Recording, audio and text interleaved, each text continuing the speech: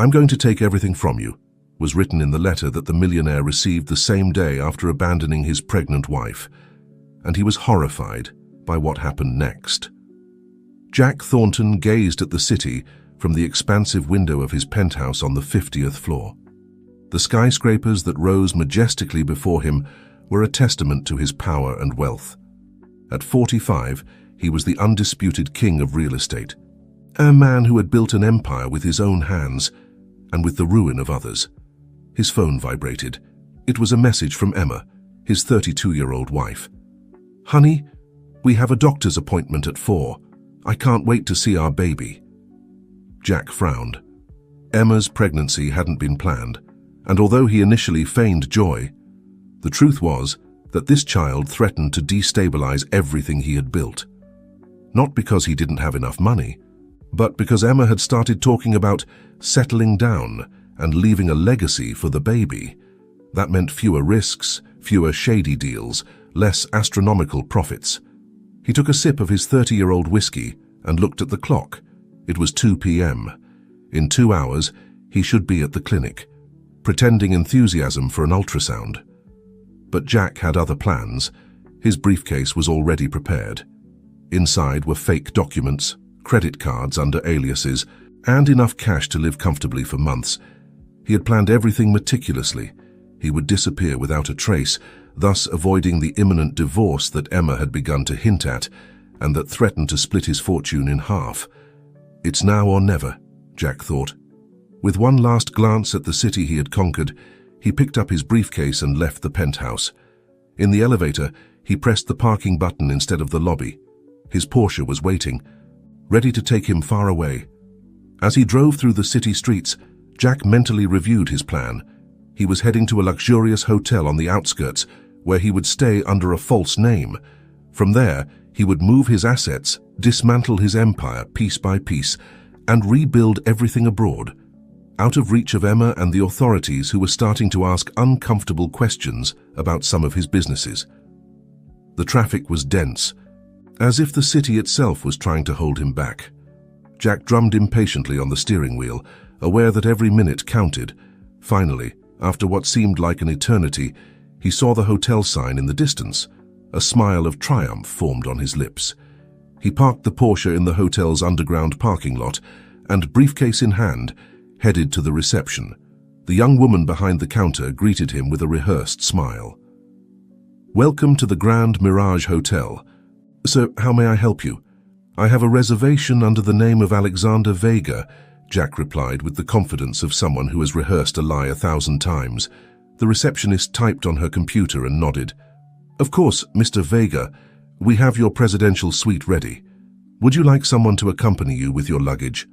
Jack shook his head. "That won't be necessary, thank you." As he rode the elevator up to his suite, Jack felt the weight of the world lifting from his shoulders. He had done it. He had escaped. Emma, the baby, the businesses in danger. Everything was left behind. The suite was magnificent, fit for a king. Jack dropped his briefcase on the king-size bed and headed to the minibar. He needed a drink to celebrate his victory. That's when he saw it. On the mahogany desk, a white envelope with his real name, Jack Thornton. The whiskey glass slipped from his fingers, shattering against the marble floor. How was this possible? Nobody knew he was there. Nobody could know. With trembling hands, Jack opened the envelope. Inside was a simple sheet of paper with a phrase that made his blood run cold. "I'm going to take everything from you." The paper trembled in Jack's hands. His eyes scanned the threatening phrase over and over, as if expecting the letters to rearrange themselves and reveal a less terrifying message. But the reality was undeniable. Someone had found him. Someone knew his plans. With his heart racing, Jack examined the rest of the envelope's contents. Behind the main note, he found a series of documents that left him breathless. Bank statements from accounts he thought were secret, photographs of undeclared properties, even transcripts of conversations he had behind closed doors. Whoever was behind this hadn't just located him. They seemed to know every dark corner of his life. He collapsed into the leather armchair, his mind a whirlwind of unanswered questions. Who could be behind this? Emma? No, she didn't have the resources or the cunning for something like this. A betrayed partner, an enemy from the past seeking revenge. The sound of his phone snapped him out of his ruminations. It was an unknown number. With a shaking hand, Jack answered. "Hello?" Silence on the other end of the line. Then a distorted voice. "How does loneliness feel, Jack? I hope you enjoy it because it's all you'll have left when I'm done with you." The call cut off. Jack stared at the phone, paralyzed with fear. The voice, though altered, sounded strangely familiar. Where had he heard it before? He spent the night awake, pacing around the suite, jumping at every creak, every shadow. At dawn, he made a decision. He couldn't stay there. He needed to move, to find an even safer place. With the first light of dawn, Jack left the hotel, leaving behind half of his belongings in his rush to escape. He drove aimlessly for hours, paranoid, constantly checking the rearview mirror for pursuers. Finally, he stopped at a roadside motel, the kind of place he would never have considered worthy of his presence before. But now, his anonymity was his greatest treasure. Once in the room, he turned on the TV, seeking distraction. What he saw left him cold. On every news channel, his face appeared front and center. The headline read, "Real estate magnate Jack Thornton missing. Suspected flight amid imminent fraud investigations." The empire he had so carefully built was beginning to crumble, and he wasn't even there to try to save it. His enemies, whoever they were, had acted with terrifying speed and efficiency. Desperate. Jack tried to access his bank accounts from his phone. One after another, he found them blocked, his credit cards cancelled. In a matter of hours, he had gone from being one of the richest men in the country to a fugitive without resources. Panic took over him. He needed help, someone he could trust. With trembling fingers, he dialed the number of Daniel, his partner and right-hand man for years. "Daniel, it's me, Jack. I need your help. I'm in trouble." There was a pause on the other end of the line. When Daniel spoke, his voice sounded cold, distant. "I know, Jack, everyone knows. Where are you?" Jack hesitated. Could he really trust Daniel? He had no choice. "I'm at the Sunrise Motel on Highway 95, room 23. Please, come alone. I don't trust anyone else." Another pause. "I'll be there in 2 hours. Don't move." The call ended, leaving Jack with a mix of relief and apprehension. Daniel was coming. Together they could find a solution. They had to. As he waited, Jack mentally reviewed his life, looking for clues about who could be behind his downfall. He had made many enemies in his rise to power, had stepped on many toes, but no one seemed to have the resources or motivation to orchestrate something like this. Time passed with excruciating slowness. Every noise in the hallway made him jump. What if it wasn't Daniel coming? What if it was the police, or something worse? Finally, he heard footsteps approaching his door, then 3 soft knocks. Jack approached, holding his breath. "Who is it?" "It's me, Daniel. Open the door, Jack." With a sigh of relief, Jack opened the door. But what he saw on the other side was not the friendly face of his partner. Instead, he found himself face to face with his worst nightmare. Jack instinctively stepped back when he saw the expression on Daniel's face. It wasn't the look of concern or solidarity he expected from his partner and friend of many years. Instead, Daniel's eyes glowed with a mixture of triumph and contempt that chilled Jack's blood. "Daniel? What does this mean?" Jack asked, his voice barely a whisper. Daniel entered the room, closing the door behind him. His impeccable suit contrasted with Jack's disheveled appearance. Who hadn't slept in the last 24 hours? "It means, my dear friend," Daniel said, spitting out the last word as if it were poison, "that the game is over. Your reign of terror and greed has come to an end." Jack felt the ground opening beneath his feet. You're behind all this?" Daniel let out a bitter laugh. "Me?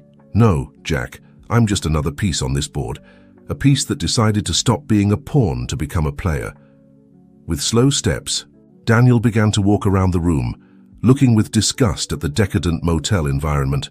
"You know, for years, I convinced myself that you were a genius, a visionary. I justified every one of your actions, every shady business, every life you destroyed on your way to the top. I told myself it was the price of success. He stopped in front of Jack, looking him straight in the eye. But then I started to see the pattern. You weren't a genius, Jack.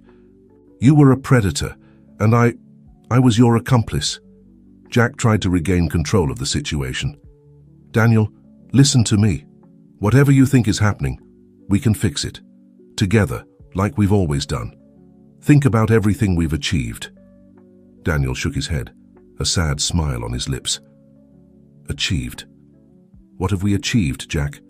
An empire built on lies and suffering. A fortune stained with blood. No, my friend, no more. Jack felt panic invading him. Daniel knew too much. If he talked, if he revealed just a fraction of the secrets he knew, everything would be lost. What do you want, Daniel? Money? Power? I can give you whatever you want. Just name your price. Daniel's laughter echoed in the small room. My price? Oh, Jack, my price has already been paid, in full. It was then that Jack noticed the small device on Daniel's lapel, a camera. You've been recording all this? Daniel nodded. Every word, every implicit confession. But don't worry, this isn't for the police, at least not yet. This is for someone who has much more interest in seeing you fall. Who? Jack demanded, his voice broken by fear and rage. Daniel headed for the door. You'll find out soon, very soon. For now, enjoy your last moments of freedom, Jack. The hell you created is about to claim you. Before leaving, Daniel stopped and looked at his former partner one last time. Oh, the hunter had become prey, and the pack was getting closer and closer. With trembling hands, Jack took out his phone. He needed to move, find a new hiding place. But first, there was a call he had to make, one last card to play. He dialed a number he swore he would never use again. After several rings, a deep voice answered, Well, Jack Thornton, I thought you said you'd never need me again. Jack swallowed hard. Jason, Jack spoke with a trembling voice. I've lost access to all my accounts. My company is under investigation. My partner has betrayed me. I need to disappear, Jason, like in the old days. Another silence. This one longer. Jack could imagine Jason weighing his options, calculating the risks and benefits of helping a man who had fallen from grace. All right, Jason finally said. I'll help you. But it won't be free, Jack, and this time the price will be higher than ever. Jack closed his eyes, relieved. Whatever it is, I'll pay anything. Not with money. Jason's voice was cold as steel. This time, the payment will be different. I'll see you in an hour at the old warehouse on Pier 17. Come alone and make sure no one follows you. The call cut off before Jack could respond. He stared at the phone, a mixture of relief and fear swirling in his stomach. Jason was dangerous, a vestige of his past that Jack had tried to bury. But now, he was his only hope. Cautiously, Jack left the motel, constantly looking over his shoulder. Every shadow seemed to hide a threat, every face a potential enemy. He took several taxis, changing direction multiple times to ensure no one was following him. When he finally arrived at Pier 17, the sun was already setting, painting the sky in shades of red and purple. The old warehouse loomed like a dark and threatening mass against the horizon. Jack entered, his steps echoing in the empty space. The smell of rust and salt water permeated the air. Jason, he called, his voice trembling slightly. From the shadows, a figure emerged. Jason, with his characteristic black suit and silver hair, seemed not to have aged a day since Jack last saw him. Jack, said Jason, approaching with slow, deliberate steps. Who would have thought? The great Jack Thornton, coming to me like a dog with its tail between its legs. Jack clenched his fists, fighting against the urge to respond. He needed Jason.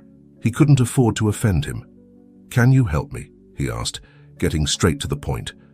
Jason smiled, a smile that didn't reach his eyes. I can. The question is, are you willing to pay the price? I already told you yes. What do you want? Jason began to walk in circles around Jack, like a predator stalking its prey.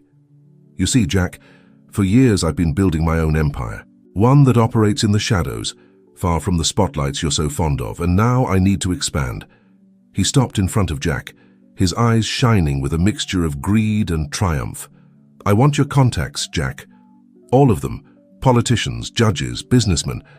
I want the secrets you've accumulated over the years. I want the evidence you have against the powerful people you've manipulated." Jack paled. "But that's all I have left. My only protection." "Exactly," Jason nodded. "It's your ticket out. You give me everything, and I give you a new identity, a safe place far from here. It's that, or face whatever's coming for you." Jack felt the world closing in around him.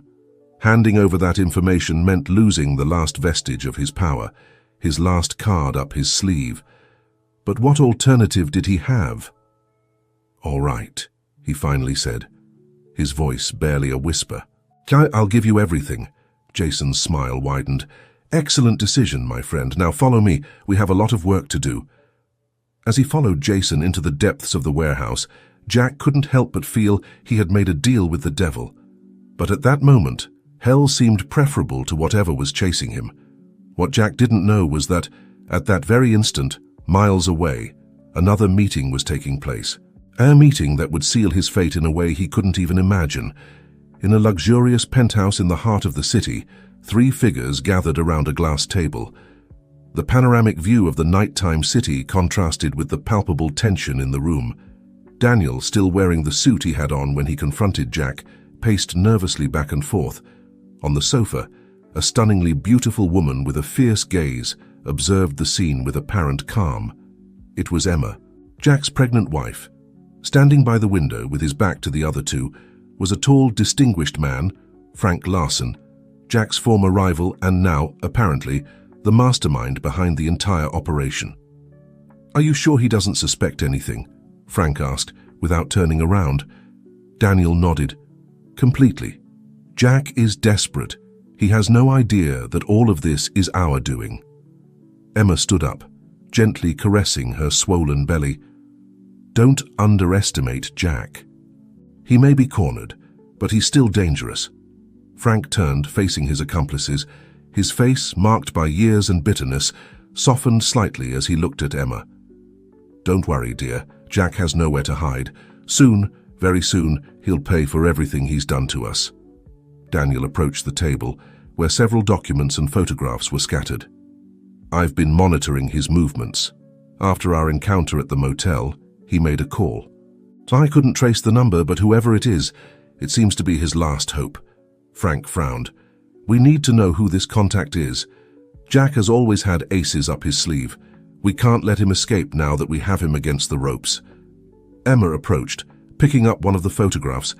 It was an image of Jack and her, taken years ago, when they were still happy. Or at least, when she thought they were. "I know someone," Emma said, her voice loaded with determination. "Someone who can trace that call and give us Jack's exact location." Frank and Daniel looked at her in surprise. Emma had always been more than just a pretty face, but few knew the depth of her connections and resources. "Are you sure?" Frank asked. "It's risky to involve someone else at this point." Emma nodded. "I trust this person with my life. Besides, we don't have another choice. If Jack manages to disappear now, our entire plan will fall apart."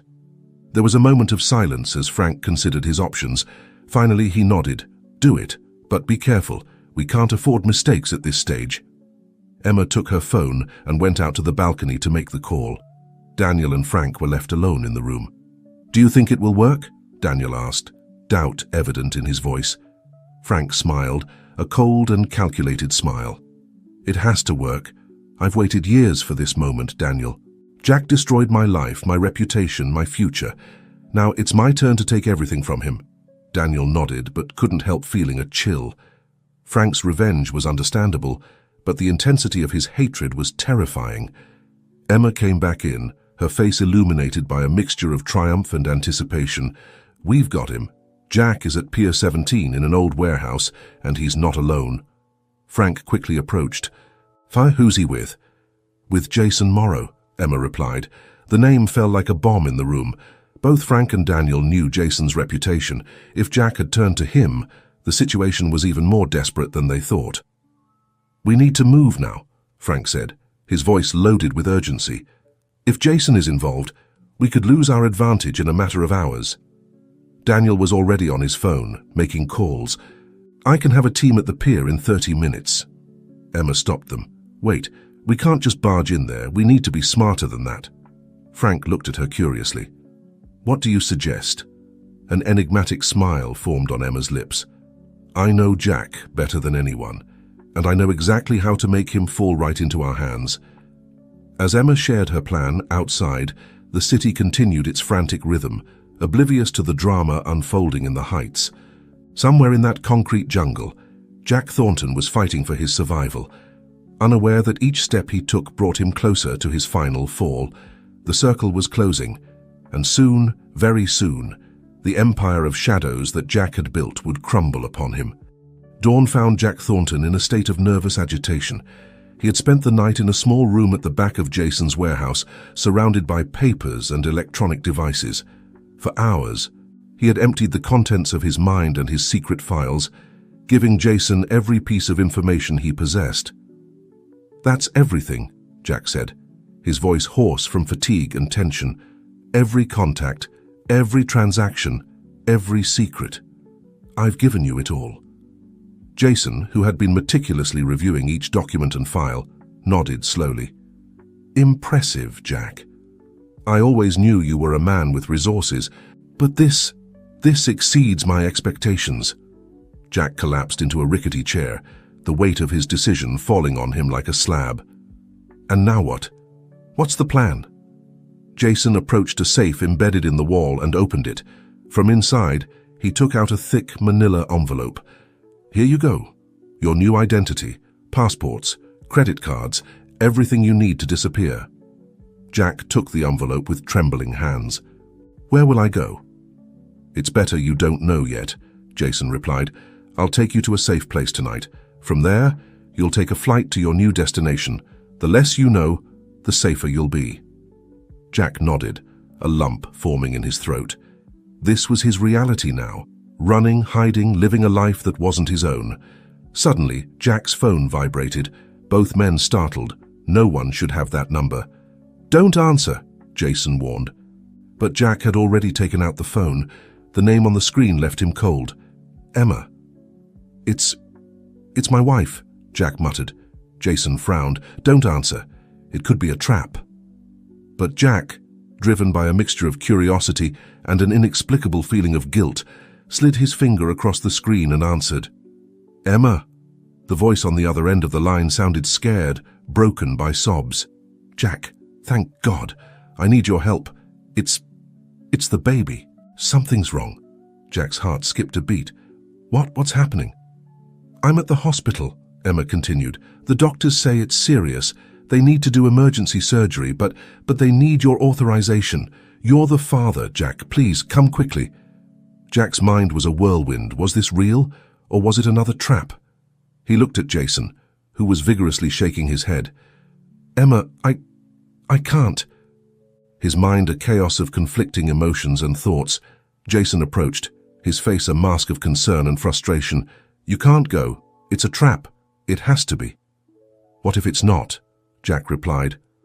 "What if our child is really in danger? The same child you were willing to abandon a few days ago?" Jason asked, his voice loaded with disbelief. Jack shuddered at those words, the weight of his past actions falling on him with renewed force. I know. But this is different. If something happens to that baby and I wasn't there."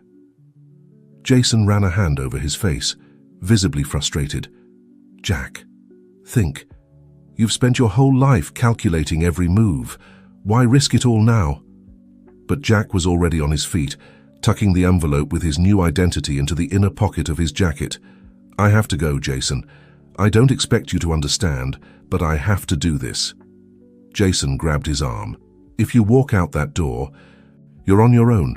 I won't be able to help you if things go wrong." Jack nodded, a strange calm taking over him. "I understand. And thank you for everything, Jason. Whatever happens, you fulfilled your part of the deal." With those words, Jack left the warehouse and entered the city streets, his heart pounding as he headed towards Central Hospital. Meanwhile, in a van parked a few blocks from the hospital, Emma hung up the phone, a triumphant smile on her face.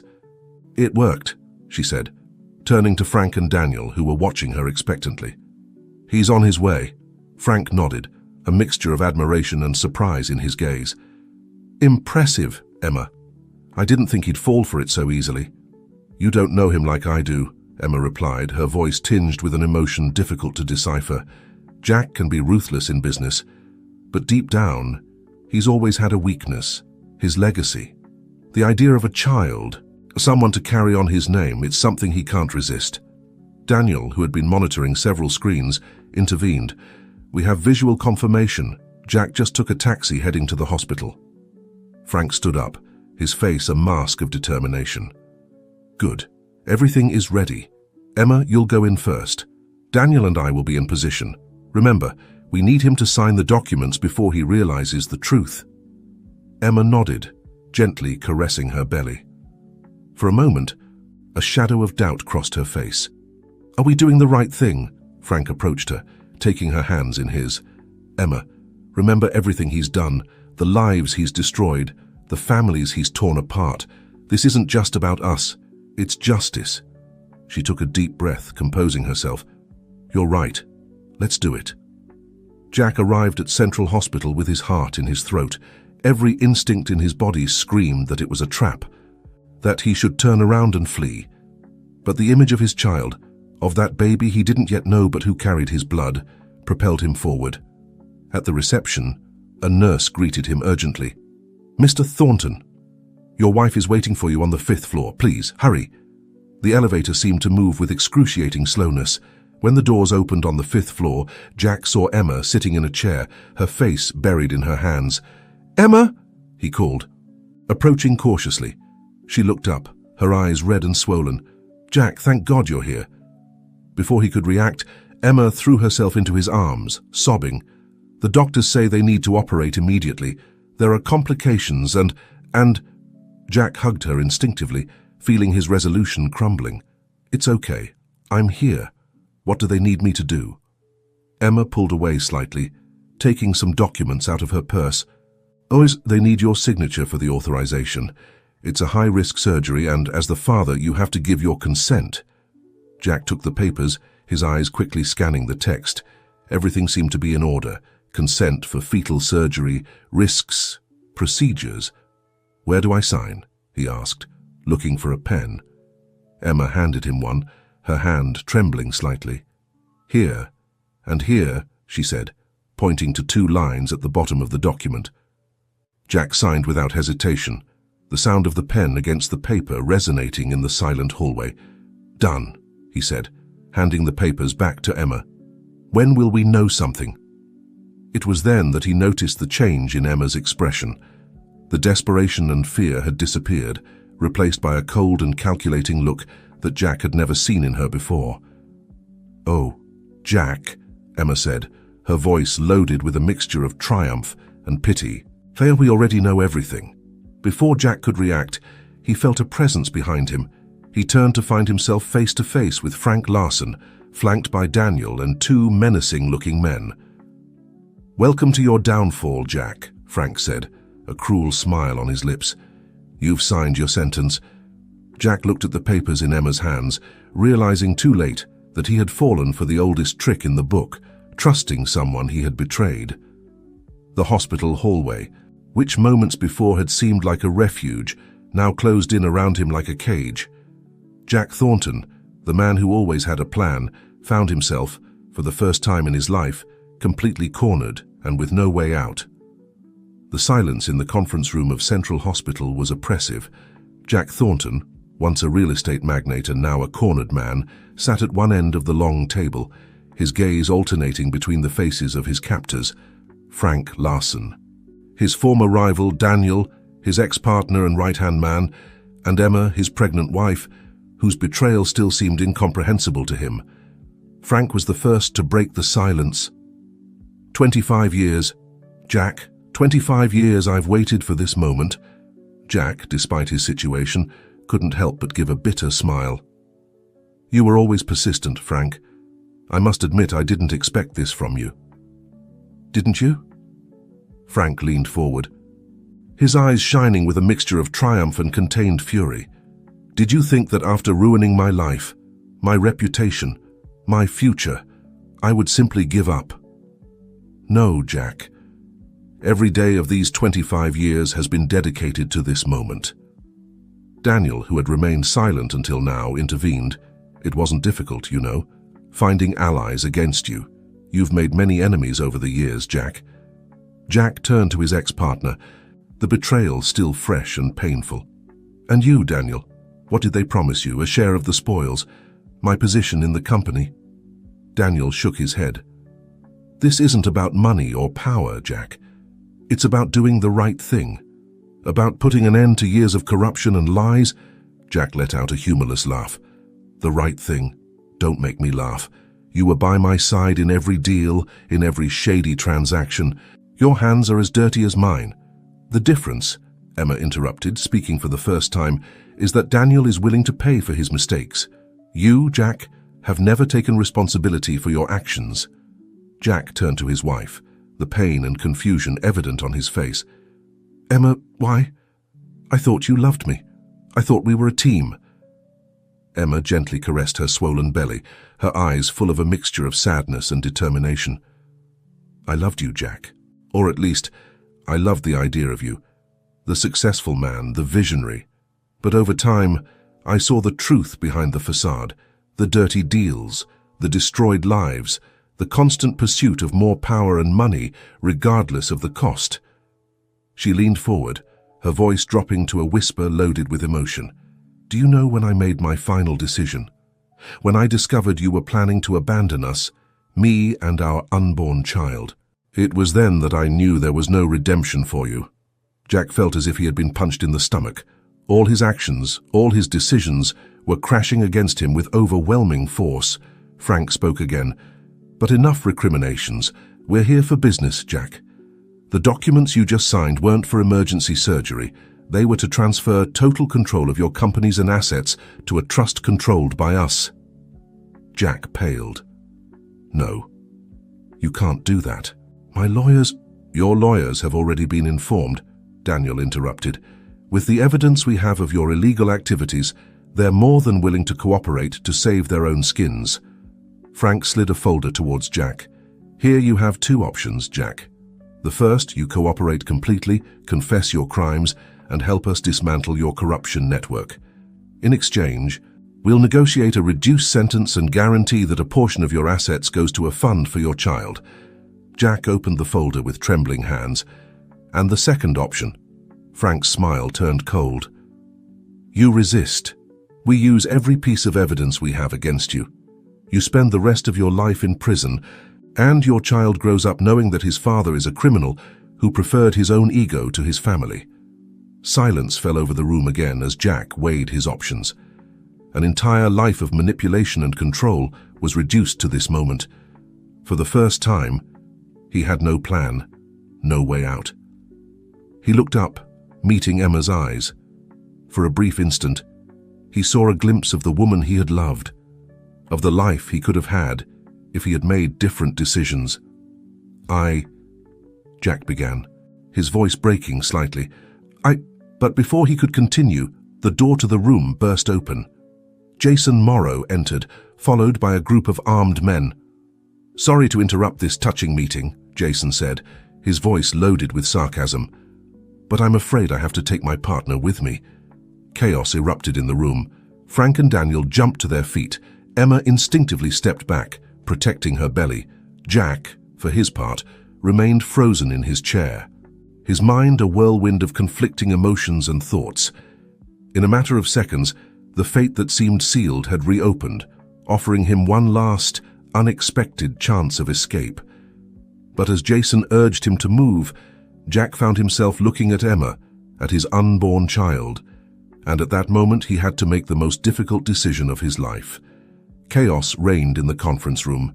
Jason's men kept Frank, Daniel, and Emma at bay, while Jason himself approached Jack, urging him to move. "Come on, Jack," Jason said, his voice tense. "We don't have much time before the police arrive." But Jack didn't move. His eyes were fixed on Emma, On the way, she instinctively protected her swollen belly. At that moment, all his past, all his decisions, seemed to converge on a single point of clarity. "No," Jack said, his voice surprisingly firm. Jason looked at him in disbelief. "What?" "I said no, Jason," Jack repeated, slowly standing up. "I'm not running away, not this time." The room fell silent, all eyes fixed on Jack. Frank and Daniel exchanged confused looks, while Emma watched him with a mixture of surprise and caution. Jason moved closer, lowering his voice. "Have you lost your mind? This is your last chance. If you stay, you'll lose everything." Jack smiled, a sad and tired smile. "I've already lost everything, Jason. My empire, my reputation, the trust of the people who mattered to me. Running now would only delay the inevitable." He turned to Frank, Daniel, and Emma. "I accept the first option. I'll cooperate fully. I'll confess my crimes and help dismantle the corruption network I've created." Frank stepped forward, his face a mask of disbelief. "Why should we believe you? You've spent your entire life lying and manipulating." Jack nodded. "You're right, and I don't expect you to trust me immediately, but I'm willing to prove it with actions, not just words." He turned to Jason. "I'm sorry, old friend. I appreciate your loyalty, but this is the end of the road for me." Jason stared at him for a long moment, then slowly nodded. "You were always unpredictable, Jack. I guess this is your final move." With a gesture, Jason ordered his men to lower their weapons. "Good luck, Jack. You're going to need it." With those words, Jason and his team withdrew from the room, leaving behind a silence charged with tension. Jack turned to Frank, Daniel, and Emma. "I know I have no right to ask for anything, but if you're going to do this, let's do it right. I want to confess everything, but I need guarantees that my child will be protected." Frank exchanged a look with Daniel before slowly nodding. "Very well, Jack, but understand this. There's no turning back. Once you start talking, you can't stop." "I understand," Jack replied. Then, looking directly at Emma, he added, "And I accept it." Emma, who had remained silent, stepped forward. "Why now, Jack? What has changed?" Jack looked at her, his eyes full of regret and determination. "Everything has changed, Emma. I have changed. When I planned to abandon you, I was blinded by greed and fear. But now I see things clearly for the first time in years." He approached her, stopping a few steps away. "I don't expect your forgiveness. I don't even expect you to believe me. But I want our child to grow up knowing that, in the end, his father did the right thing." Emma stared at him intently, searching his eyes for any sign of deception. After a moment, she nodded almost imperceptibly. Daniel, who had been observing the exchange in silence, intervened. "We should move. The police will be here soon."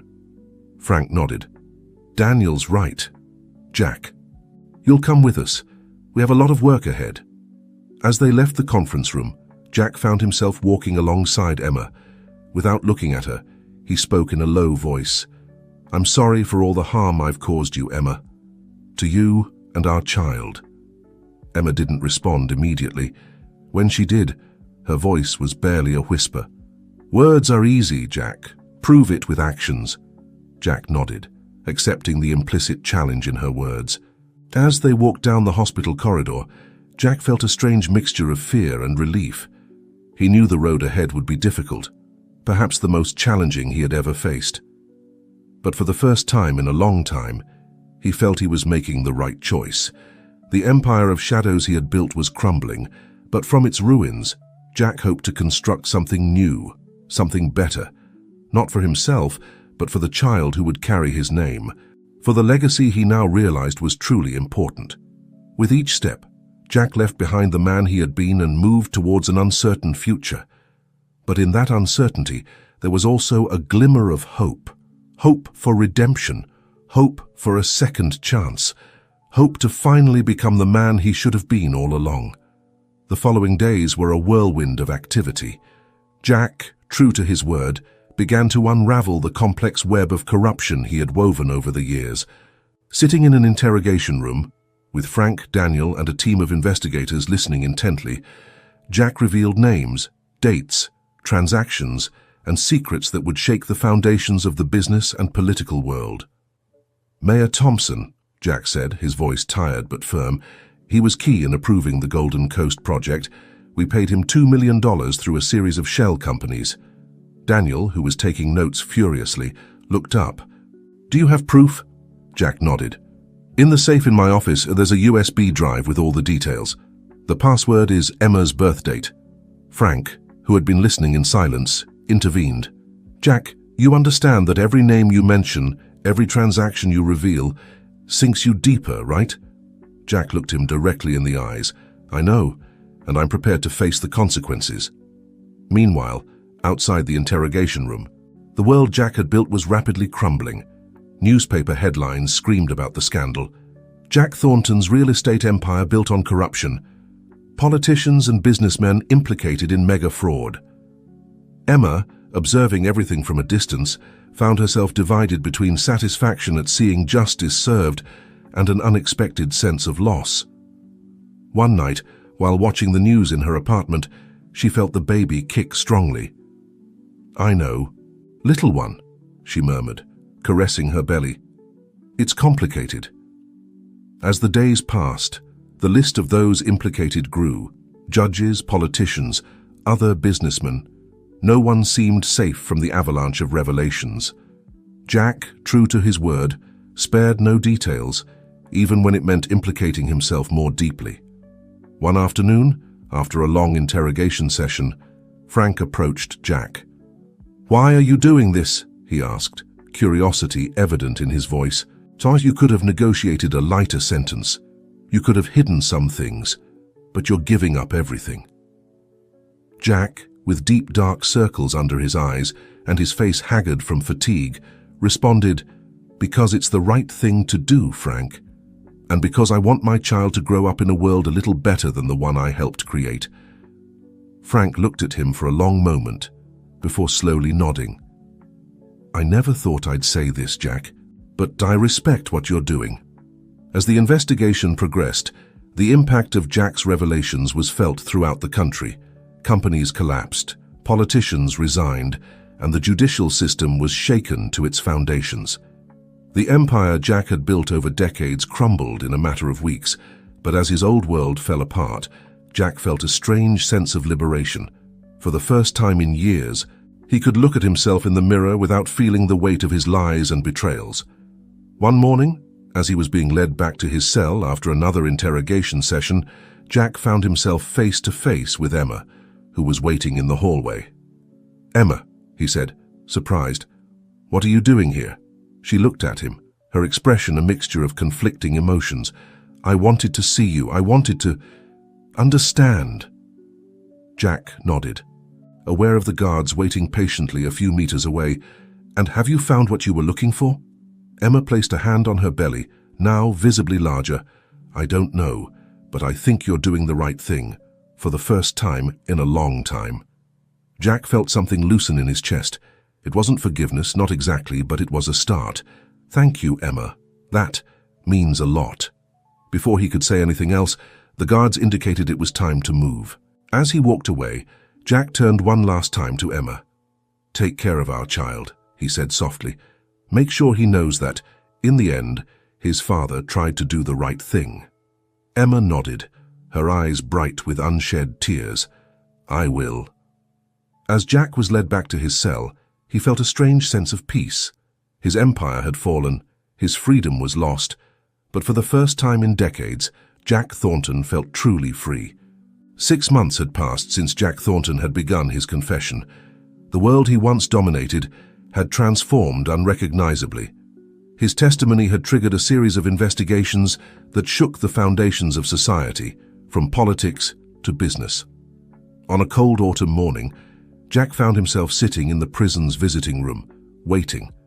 The chains on his wrists clinked softly every time he moved, a constant reminder of his new reality. The door opened and Emma entered, her figure already recovered after giving birth. In her arms, she carried a small bundle wrapped in a blue blanket. Hello, Jack, she said, her voice a mixture of caution and something that could have been compassion. Emma, he responded, his eyes fixed on the baby. Is Is that him?" She nodded, approaching the table. Carefully, she adjusted the baby in her arms so Jack could see him better. "Jack, meet Matthew." Jack held his breath.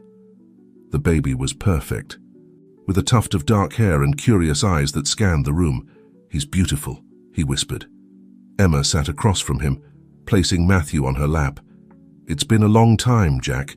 Things have changed." Jack nodded, unable to take his eyes off his son.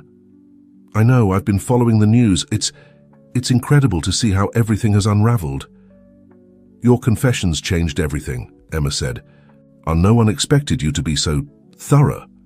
Jack finally looked up at her. It was the right thing to do. For the first time in my life, I did the right thing. There was a moment of silence, broken only by Matthew's soft gurgles. Finally, Emma spoke again. "Frank and Daniel wanted me to tell you something," she said, her voice cautious. "Due to your cooperation, they're considering recommending a reduction in your sentence." Jack blinked, surprised. I didn't expect that," Emma continued. "They also asked me to ask if you would be willing to testify in some of the upcoming trials. Your testimony could be crucial." Jack leaned back in his chair, processing the information. Part of him wanted to refuse, to end all of this once and for all. But another part, a part that was growing stronger every day, knew he still had a role to play in repairing the damage he had caused. "I'll do it," he finally said. "If my testimony can help bring justice, I'll do it." Emma nodded, and for a moment, Jack thought he saw a glimmer of pride in her eyes. Then, to his surprise, she extended Matthew towards him. Do you want to hold him?" With trembling hands, Jack held his son for the first time. The weight of the baby in his arms, the warmth of his small body, triggered something inside him. Tears he had been holding back for months began to flow freely. "I'm sorry," he whispered, both to Emma and Matthew. "I'm so sorry." Emma, with tears in her own eyes, reached out and placed her hand on Jack's. "I know," she said softly. "I know." As he held his son, Jack felt something he hadn't experienced in years. Hope. Hope that, despite all his mistakes, he could still leave a positive legacy. Hope that, maybe someday, he could earn the forgiveness of those he had hurt. And as Matthew looked at him with innocent and trusting eyes, Jack made a silent promise. He promised to be the kind of man, the kind of father that his son could admire. No matter how long it took, no matter how difficult the road ahead, Jack Thornton was determined to redeem himself. 3 years had passed since that day in the prison's visiting room. The outside world had changed dramatically, largely due to Jack's revelations. Companies had fallen, politicians had been imprisoned, and a new era of transparency and accountability seemed to be emerging from the ashes of the old system. Jack, now with his hair streaked with grey and worry lines etched on his face, stood before the prison gates. His sentence had been considerably reduced, thanks to his continued cooperation and testimony in numerous high-profile trials. As the gates opened, Jack blinked in the sunlight, brighter and warmer than he remembered. And there, waiting for him, were Emma and Matthew. The boy, now almost 4 years old, shyly hid behind his mother's legs.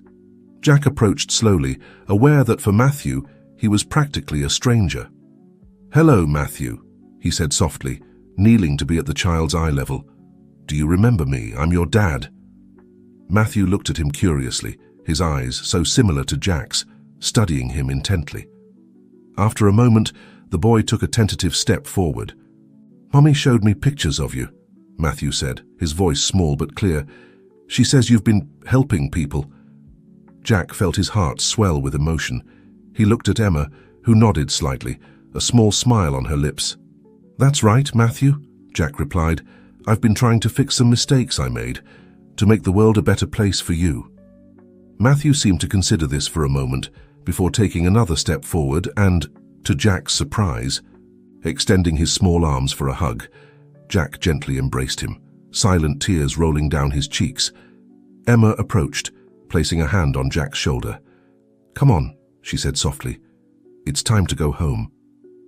As they walked towards the car, Jack noticed a group of journalists in the distance, kept at bay by security guards. His release, apparently, was still news. "How have things been?" Jack asked Emma as they drove away from the prison. Emma sighed. "Difficult, but improving. Your trust fund for the victims of corruption has helped a lot of people. And Matthew, well, he's an amazing kid." Jack nodded, looking in the rearview mirror at Matthew, who was happily playing with a small toy car. "And you? How have you been?" Emma was silent for a moment. "It's been a journey, Jack. There were days when I hated you, days when I missed you, days when I didn't know what to feel. But seeing you change, seeing you really try to do the right thing, that has meant a lot." Jack nodded, overwhelmed with emotion. "Thank you, Emma, for giving me this chance. I know I don't deserve it." "I'm not doing it just for you," she replied, looking at Matthew in the rearview mirror. "I'm doing it for him. He deserves to know his father, the man you've become, not just the legend of the man you were." The rest of the trip passed in comfortable silence, occasionally interrupted by Matthew's curious questions about the buildings and landscapes they passed. Finally, they arrived at a modest house in the suburbs, very different from the luxurious mansion where Jack and Emma used to live. "It's beautiful," Jack said sincerely as they got out of the car. Emma smiled. "It's home." As they entered the house, Jack noticed the photos on the walls. There were many of Matthew at different stages of his growth, some with Emma, others with her parents, and to his surprise, there were also some photos of him, including a recent one taken in prison during a visit. "I wanted Matthew to know you, even if it was through photos," Emma explained, noticing his gaze. Jack felt a lump in his throat. "Thank you," was all he could say. The following days were a whirlwind of adjustments and discoveries. Jack had to learn to navigate this new world, so different from the one he had left behind. The news continued to talk about the trials and investigations that his testimony had triggered, but now they did so with a different tone. He was no longer the villain of the story, but a man who had chosen the path of redemption. One afternoon, while playing with Matthew in the garden, Jack received an unexpected call. "Jack, it's Frank." Jack instinctively tensed, but forced himself to relax. "Frank, it's been a while." "Yes, it has," Frank replied. "Listen, I know this might sound strange, but we're organizing a conference on business ethics and corporate transparency. We were wondering if you'd be willing to give a talk." Jack was speechless for a moment. Are you sure?" "Completely," Frank said. "Your story, Jack, is powerful. It shows that change is possible, that redemption is real. You could make a real difference." Jack looked at Matthew, who was laughing as he chased a butterfly around the garden. "I'll do it," he finally said, "but on one condition, which is, I want any fee or donation to go directly to the Victims' Fund." There was a pause on the other end of the line. "Done," Frank said, and Jack could hear the smile in his voice. "Welcome back, Jack." That night, after putting Matthew to bed, Jack found himself sitting on the porch with Emma, looking at the stars. "Frank called me today," he said, breaking the silence. Emma looked at him, curious. "Oh, what did he want?" Jack told her about the conference and his decision to participate. When he finished, Emma was watching him with an expression he couldn't decipher. "What do you think?" he asked, nervous. Emma smiled softly. "I think you're on the right path, Jack. It won't be easy. There will be people who will never forgive you, who will always see you as the man you were. But if you can help prevent others from making the same mistakes, if you can use your experience to make the world a better place, then all of this will have been worth it." Jack took Emma's hand, grateful for her support. "I can't change the past," he said, "but I can work for a better future. For Matthew, for you, for everyone I hurt." Emma squeezed his hand. "One day at a time, Jack. One day at a time." As they sat there, under the starry sky, Jack felt a peace he had never experienced before. The road ahead would be long and difficult, full of challenges and obstacles. But for the first time in his life, Jack Thornton was ready to face them with honesty, integrity, and renewed purpose. The empire of shadows had fallen, But from its ashes, something new and hopeful was beginning to emerge. 5 more years had passed since Jack's release. Life had taken a direction that he couldn't have imagined even in his most optimistic dreams. The conference on business ethics had been just the beginning. His story, the fall and redemption of Jack Thornton, had become a case study in universities across the country. On a sunny spring morning, Jack found himself standing in front of an auditorium filled with law and business students. At 55, grey dominated his hair, but his eyes shone with a vitality and purpose that contrasted with the man he once was. "Power and money," he began, his voice resonating in the silent auditorium, "can be addictive. They convince you that you're above the rules, that the end justifies the means. I lived that lie for decades. I built an empire on the foundations of corruption and greed, and when it all crumbled, I thought it was the end." He paused, looking at the attentive faces of the students. "But it turns out that the end of my empire was just the beginning of my true legacy. I learned, in the hardest way possible, that integrity and ethics are not obstacles to success. They are the foundation of lasting and meaningful success." As Jack continued his talk, in the last row of the auditorium, Emma and Matthew, now 9 years old, listened attentively. Matthew looked at his father with a mixture of pride and admiration. After the talk, as students approached Jack to ask questions, Matthew gently tugged on his mother's sleeve. "Mom," he said, his eyes bright, "when I grow up, I want to be like Dad." Emma smiled, stroking her son's hair. "Like the businessman he was." Matthew shook his head. "No, like the man he is now, someone who helps people be better." Emma felt her eyes fill with tears. "That's a wonderful goal, honey." Later that day, the family gathered for dinner. Jack, still excited by the response to his talk, couldn't stop smiling. "You know," he said, looking at Emma and Matthew, "there was a time when I thought my legacy would be the buildings I built, the fortunes I amassed. But now I see that the true legacy is this, the opportunity to make a positive difference, to inspire others to do the right thing." Emma took his hand across the table. "You've come a long way, Jack, we all have." Matthew, with the innocent wisdom of a child, added, "And we still have a long way to go. Right, Dad?" Jack nodded, ruffling his son's hair. "That's right, champ. There's always more to do, more ways to improve." That night, after putting Matthew to bed, Jack and Emma sat on the porch, as they had done so many nights before. The fresh spring air carried with it the promise of new beginnings. "Do you ever," Emma began, her voice soft in the stillness of the night, "regret having confessed, having let it all crumble?" Jack considered the question for a moment before responding. "There were moments, especially at the beginning, when I wondered if I had done the right thing. But now, looking back, I see that it was the best decision I ever made. Not just for me, but for everyone affected by my actions."